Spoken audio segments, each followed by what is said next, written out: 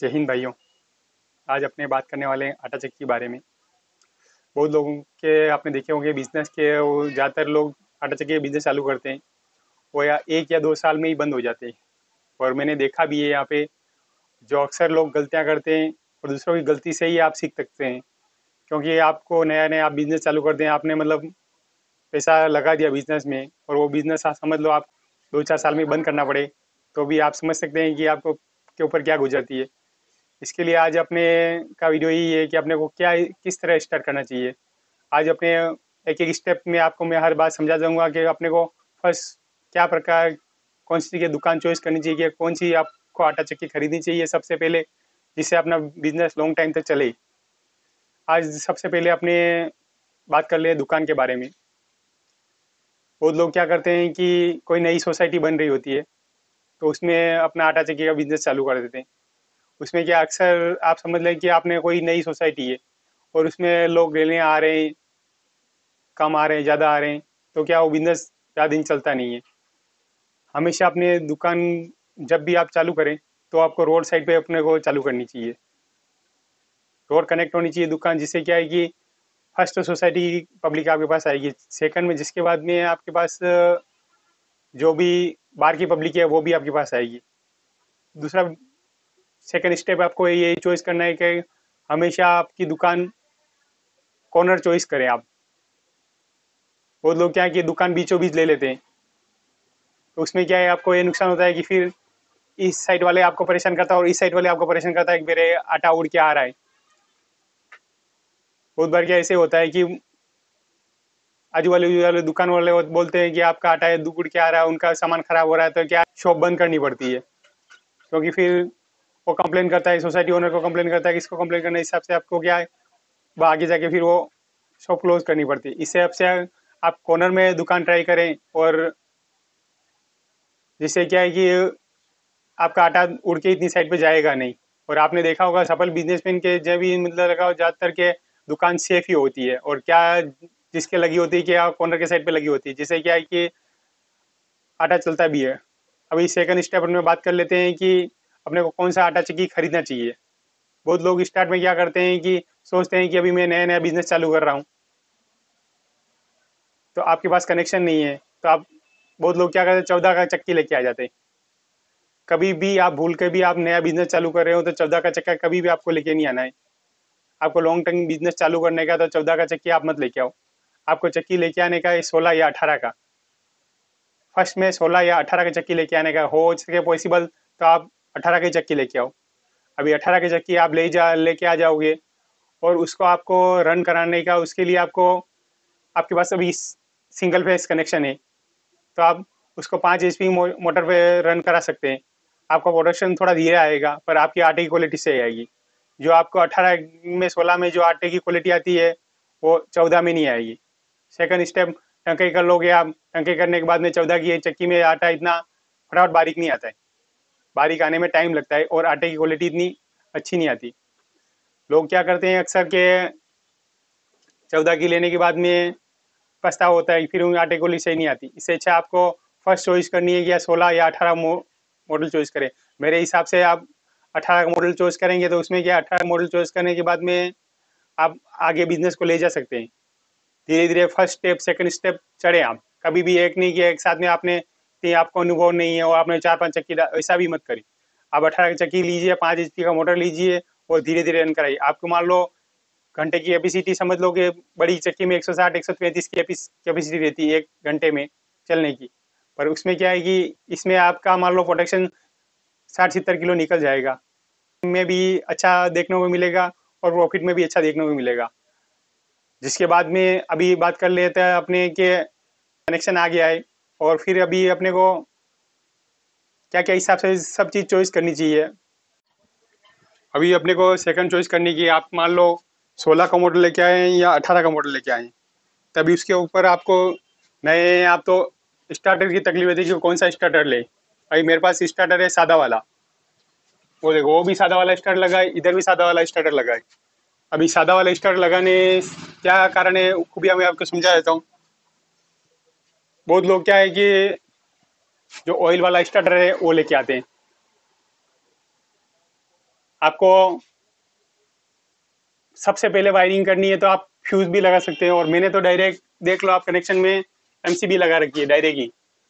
मेरी main line आ रही है ऊपर से, ऊपर के बाद इसके बाद एमसीबी, इसके बाद एमसीबी आ रही है, एमसीबी के बाद में ये ए वाली चक्की का इधर वाली का और इधर वाली का दो का कनेक्शन मैंने अलग कर रखा है, और एक मकई वाली का अलग कर रखा है। अभी एमसीबी में आने से क्या है कि कम पावर कभी शॉर्ट होता है तो उसके अंदर चला जाता है। बात करते हैं एमसीबी से अपना मेन पावर आएगा स्टार्टर में। स्टार्टर में बहुत लोग क्या है कि ऑयल वाला स्टार्टर भी यूज करते हैं और सादा वाला भी यूज करते हैं। अभी सादे वाले में आपको क्या प्रॉफिट है मैं समझा देता हूँ। आपने नया नया बिजनेस चालू किया है, बरोबर है, तो क्या है आटा उड़ता है तो क्या है कि स्टार्टर के अंदर जाके जमता है। बहुत बार स्टार्टर के अंदर जाके आटा जम जाता है, जिससे क्या है कि वो ऑयल वाला स्टार्टर होता है तो खराब होने के चांसेस ज़्यादा रहते हैं। और ये जो सादा स्टार्टर होता है उसमें कोयल लगती है, और इस स्टार्टर को अपने खुद ही रिपेयर कर सकते हैं। इसके अंदर जो कोयल आती है वो 150 रुपये की या समथिंग आती है, तो वो आप मान लो कुछ नहीं होता, उसके अंदर वो कोयल होती है, उस नट खोल के डायरेक्ट आप कोयल डाल सकते हैं। कोयल डालने से क्या है कि तुरंत काम चालू हो जाएगा। और अभी यदि आपने ऑयल वाला स्टार्टर लिया, उसमें आटा गया, कुछ हो गया, खराब हो गया, उसके लिए आपको मिस्त्री के पास ले स्टार्टर पूरा सेटअप खोल के फिर मिस्त्री के पास लेके जाना पड़ेगा, या फिर मिस्त्री आपकी दुकान पे आएगा फिर रिपेयरिंग करेगा।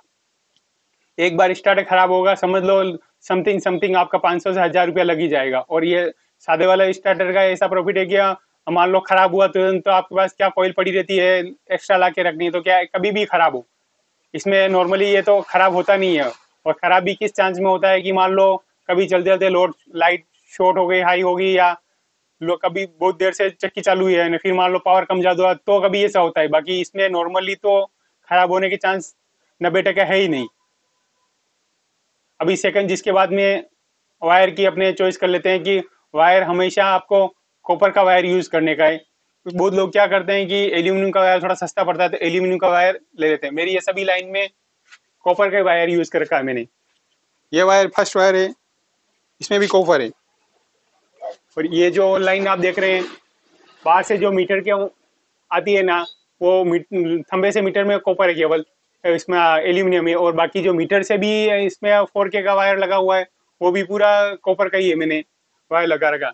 कॉपर का वायर आपको महंगा जरूर गिरेगा, क्या पर लॉन्ग टाइम में आपको क्या फायदा रहेगा, वायर खराब होने की संभावना रहेगी, बार बार क्या गर्म होने, अपने काम ही ऐसा है क्योंकि ज़्यादातर 8 से 7 घंटा चक्की चली तो वायर गर्म ज़्यादा होते हैं। तो क्या है कि एल्यूमिनियम का वायर होता है तो गर्म ज़्यादा रहता है, और यही कॉपर का वायर होता है तो लोड को सहन कर लेता है और जलने की संभावना बिल्कुल कम रहती है।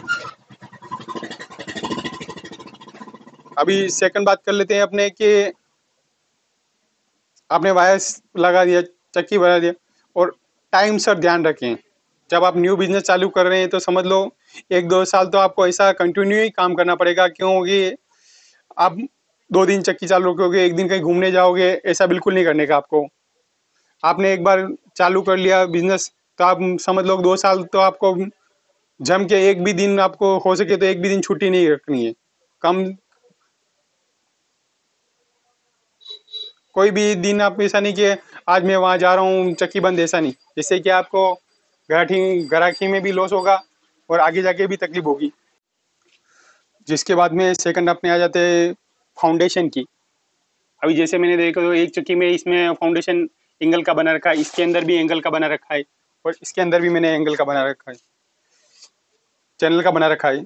उसमें आपकी मान लो भाड़े की दुकान है तो आपको हमेशा लोखंड वाला स्टैंड ही बनाना चाहिए, क्योंकि मान लो कल आपका दुकान वाला बोल दे कि आपको आटा की दुकान खाली करनी है तो क्या आप अपना स्टैंड भी साथ में ले जा सकते हैं। बाकी आपने वही फाउंडेशन सीमेंट में भर दिया है तो खर्चा ज़्यादा लमसम लमसम कोई फर्क नहीं आएगा। ये 3035 रुपये में ये स्टैंड भी बन जाएगा, और उसमें भी ज़्यादा सीमेंट वाले में इतने इतने खर्चा आएगा, समझ लो कि 500-1000 रुपये का डिफरेंट पड़ जाएगा। पर वो स्टैंड को आप वापस निकाल नहीं सकते, अंदर फिट ही रहेगा सीमेंट वाला, और ये आपने जो होगा उसको आपने निकाल भी सकते हैं।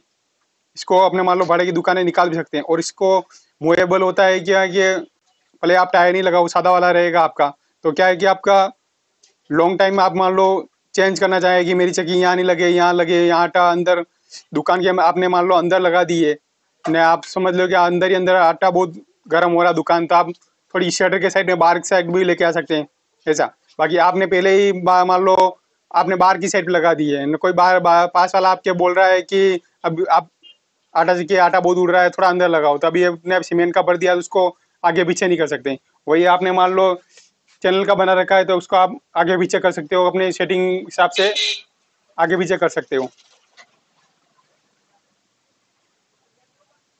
और आपने अपनी स्टार्ट से ही ध्यान दें कि अपने को आटे की बेहतर रखने के लिए अपने को डस्ट क्लीनर भी लगाना चाहिए, क्योंकि आपने देखा होगा कि बहुत राज्यों में जैसे राजस्थान है, मध्य प्रदेश है, वो लोग क्या करते हैं, थैली को एकदम नीचे रखते हैं, उसमें हवा लगती है बरोबर है, पर आपने कभी भी आप एक डब्बे में आटा लेना और उसमें छोटी थैली रखना और उसमें आटा भरना, तो वो क्या आटा एकदम महीन भी रहेगा और आटा फूला हुआ भी अच्छा रहेगा। और वही आप मान लो कट्टे में डायरेक्ट भर रहे हैं या कुछ भी कर रहे हैं, तो उसमें क्या एकदम थैली अंदर रहेगी, तो आटा क्या एक चक्की में हवा बनेगी जरूर, आटा थैली फूलेगी भी जरूर आपकी, पर वो क्या आटा एकदम इकट्ठा इकट्ठा रहेगा, उसमें गठाने गठाने पड़ी रहेगी। बाकी मतलब ऊंचे थैली आपका डब्बे में आटा भर के आप कस्टमर के अंदर भर रहे हैं, तो क्या आटा एकदम फूलेगा अच्छा और उसकी रोटी भी अच्छी फूलेगी। और आप अपने एरिया के हिसाब से अकॉर्डिंग आप चेंज कर सकते हैं, कुछ भी कर सकते हैं। ये हमारे यहाँ है क्या, सब डब्बे में आटे में डब्बा या बाल्टी में चलता है। और मान लो आप आपके वहाँ पे मान लो लोग बोलते हैं लंबी थैली रखो, तो लंबी रख सकते हैं आप। मैं नहीं फोर्स करता कि आप थैली ऊंची रखो नीचे रखो, क्योंकि आपके अकॉर्डिंग मान लो ग्राहक आपको बोलता है कि आटा बहुत उड़ रहा है, आटा कम हो रहा है, बाकी बहुत लोग एक जगह क्या बोलता है कि ग्राहक पिसाने के बाद भी वो वजन करके बोलता है कि इतना कम हो गया। यहाँ पे हमारे यहाँ पे क्या है कि ग्राहक को आटे की क्वालिटी सही चाहिए। अभी यहाँ पिसाई होने के बाद में समझ लो कि 10 किलो पे 300-400 ग्राम कम होता है, क्योंकि आटा उड़ता है करता भी है और उस हिसाब से 300-400 ग्राम की रहती कैपेसिटी, 300-400 ग्राम उड़ जाता है, मतलब आटा की घट रहती है। और बहुत लोग गांव में क्या है कि आटा थोड़ा मोटा भी खाते हैं, तो मीन नहीं होता, तो 10 किलो पे समझ लो 200 ग्राम 100 ग्राम जितना ही कम होता है। समझ लो 500 ग्राम पे 20 किलो, ऐसा के ऐसा ही 20 किलो पे मतलब 100-200-300 ग्राम जितने ही कम होता है। और उसका कारण भी रहता है कि थोड़ी थैली नीचे रहेगी तो आटा उड़ेगा भी कम, और एकदम मान लो थोड़ा मोटा पीसेंगे तो जिससे भी घट कम लगती है। अभी बात कर लेते हैं अपने कि थैली के अकॉर्डिंग बात हो गई, जिसके बाद में भाव आप कभी भी जो मार्केट में भाव चल रहा है रेगुलर, उसी हिसाब से भाव पीछे करें। बहुत लोग क्या अक्सर गलती करते हैं कि भाव कम ज़्यादा करके फिर अपने पीछे करते हैं। पीछे ही उसमें क्या है कि फर्स्ट आपके ग्राहक आ जाएंगे, जब आप भाव बढ़ाएंगे तभी आपको तकलीफ होगी। और हो सके तो अपने बिजनेस को टू साइड में चलाएं। मान लो आप गांव में है तो आप गांव में केवल पीछे ही कर सकते हैं। अभी सिटी में आपको बिजनेस करने का, तो उसके साथ में आपको आप अपना खुद का आटा भी बेच सकते हैं। खुद जैसे गेहूं ज्वार बाजरी लाके भी मार्केट से लाके पीस के भी पीस सही करके भी सेल कर सकते हैं, जिससे क्या आपको दोहरा प्रॉफिट होगा। जिससे क्या आपका मान लो भाड़े की दुकान, तो भाड़ा भी अच्छे से निकल जाएगा और आपका प्रॉफिट भी अच्छा होगा। बहुत बार क्या है कि भाड़े की दुकान होती है तो क्या है कि बहुत बार पीछे नहीं होती है, तो आटा सेल हो जाएगा तो भी आपको चल जाएगा। अभी मेरे तो जैसा है कि सुबह के टाइम में मेरे ग्राहकी कम रहती है। सुबह के टाइम में समझ लो कि 2 या 3 बजे तक तो मैं ज़्यादातर अपना खुद का पीसता हूँ, या फिर या दुकान वाले लेके आते हैं उनका ही पीसे चालू रहता है। मेन ग्राहकी मेरे चालू रहती है 3 बजे से स्टार्ट होती है। 3 बजे से मेरी ग्राहकी शाम 9:30 बजे तक रहती है। यहाँ क्या मजदूर वाला एरिया है, तो क्या है कि दूसरे ग्राहक की ऐसी टेव है कि वही 5 बजे 6 बजे ही लेके आएंगे, और मजदूर जब वहाँ से काम से 5 बजे छूटेगा तो वो भी उसी टाइम पे लेके आएगा। इसी हिसाब से मैं 3 बजे से रात को 9:30 बजे तक चक्की चालू रहती है। 10 बजे मैं एंडिंग दुकान क्लोज कर लेता हूँ, वहाँ तक की मतलब चालू रहती है। और आप अपने अकॉर्डिंग वहाँ पे जैसे एरिया में उस हिसाब से अपने चालू बिजनेस को चालू बंद कर सकते हैं। जैसे कि मैंने आपको पहले ही बताया कि आप न्यू बिजनेस चालू करें तो आपको अकॉर्डिंग कम से कम छुट्टी रखनी है, जिससे क्या आपको आगे से आगे प्रॉफिट दिखे बिजनेस में। वीडियो की जानकारी कैसी लगी अपने भाई को कमेंट बॉक्स में ज़रूर बताइए। और आप भी न्यू बिज़नेस चालू कर रहे हैं तो हमेशा सावधान रहें कि आपको जो अक्सर लोग 2-4 साल में बिज़नेस बंद करना पड़ता है, ऐसी गलतियां आप कभी भी मत करें, क्योंकि अपने को बिज़नेस को लॉन्ग टाइम तक चलाने का है। जय Hind, Krishna the best video.